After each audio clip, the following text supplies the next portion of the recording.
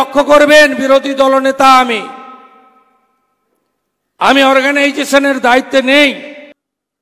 মুকুল রায়ের মতো সব কেড়ে নেওয়ার পরে আমি বিজেপিতে আসিনি, আমি সব ফেলে দিয়ে বিজেপিতে এসেছি।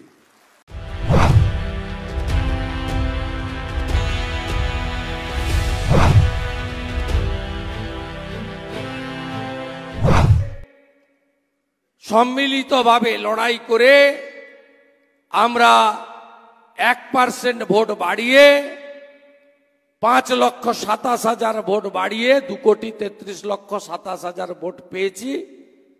কিন্তু আমরা যদি 21টা পেতাম খুশি হতাম। আরামবাগের আসন 6,000 ভোটে আমরা হারব, মেদিনীপুরের আসন 27,000 ভোটে হারব, বাঁকুড়ার আসন 30,000 ভোটে হারব, কোচবিহারের আসন 29,000 ভোটে হারব। আপনিও কল্পনা করতে পারেননি, আমরাও কল্পনা করতে পারেননি। প্রেসের বন্ধুদের সামনে রেখে এখানে চুলচড়া বিশ্লেষণ হবে না। চুলচড়া বিশ্লেষণের দরকার আছে, সে জায়গা আলাদা।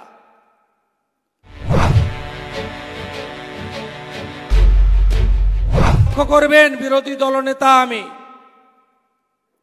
আমি অর্গানাইজেশনের দায়িত্বে নেই।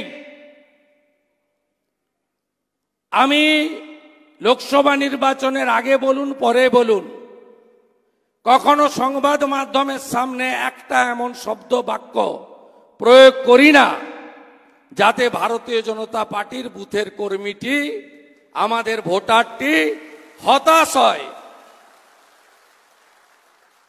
আমি এটা কন্টিনিউ করব। আমি জাতীয়তাবাদী পরিবার থেকে এসেছি।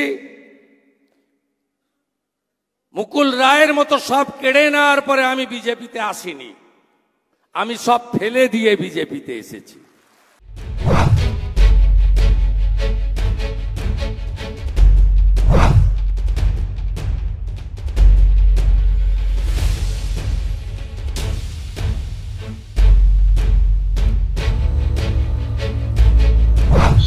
যে বিজেপির যারা নেতা, সে অপোজিশন লিডার বলুন আর সুকান্ত মজুমদারই বলুন, তারা সবাই ইডি আর সিবিআই দেখিয়েই তো করেছে। আমরা তো মানুষের কাছে এই বক্তব্যটাই বলেছিলাম যে এখন এটা হয় না, মানুষ গ্রহণ করবে না। 1 নম্বর, ইডি সিবিআই ভয় দেখিয়ে পশ্চিমবাংলায় রাজনীতি করার চেষ্টা করেছে, মানুষ গ্রহণ করেনি। আরেকটা হচ্ছে, যেটা আরেকটা বলেনি, সেটা হচ্ছে এই বিজেপি লিডাররা, এমপিরা, এমএলএরা যারা ছিল, এমপিরা যারা ছিল এখন নেই, এমএলএরা, তারা বারবার গেছে 100 দিনের কাজের টাকা বন্ধ করার জন্য, বন্ধও করেছে। তো মানুষ তো তার উত্তর দিয়ে দিয়েছে। যাই হোক, দেরিতে হলো, বোধোদয় হয়েছে। কিন্তু দুর্ভাগ্য হচ্ছে এখন এমন একটা জায়গার সময় বোধোদয় হলো, বিজেপি দলটাই ভেঙে যাবে। আর কিচ্ছু চিন্তা করবেন না। অলরেডি আমার কাছে বোধহয় 5-7খানা টেক্সট 5-7টা জেলা থেকে এসছে, আমি বিভিন্ন এমপিদের কাছে ফরওয়ার্ড করে দিচ্ছি। বিজেপির অনেক বড় বড় মানে সাংগঠনিক নেতারা তারা তৃণমূলে চলে আসতে চাইছে। সংগঠনটা ওদের ভেঙেই যাবে, কারণ যে ট্রেন্ড ভারতবর্ষব্যাপী চলেছে, আগামী 1.5 থেকে 2 বছরের মধ্যে নরেন্দ্র মোদীর সরকার পড়বেই।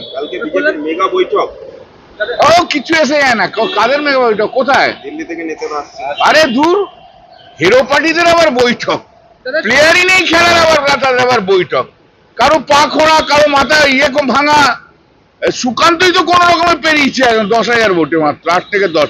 ইলেকশন কমিশন অফ ইন্ডিয়ার আশীর্বাদ না থাকলে এরা সব হেরে যেত। সুকান্ত, সৌমিত্র সব হেরে ভূত হয়ে যেত। আমার পার্লামেন্টের স্পিচে তো আমি বলেছি পরিষ্কার। বিজেপি বিধায়ক শঙ্কুদেব পান্ডার কাছে মিসাইল টেস্টিং এর খবরও রয়েছে। আমি ওসব বলতে পারবো না ভাই। ঘাটের বিজেপি বিধায়ক উনি বলছেন দলেরই সভাপতি তার বিরুদ্ধে যে দুর্নীতি করেছে, টাকা নিয়ে আর কি দলকে হারিয়েছে। শুনুন, বিজেপি দুর্নীতি করে এটা তো সবাই জানে, এটা নতুন কথা নয়। এতদিনে কেন বলছে? বিজেপি দুর্নীতি করে, বিজেপি নেতাদের মহিলা সংক্রান্ত অনেক রোগ দোষ আছে, তাদের জন্য টিকিট পায়।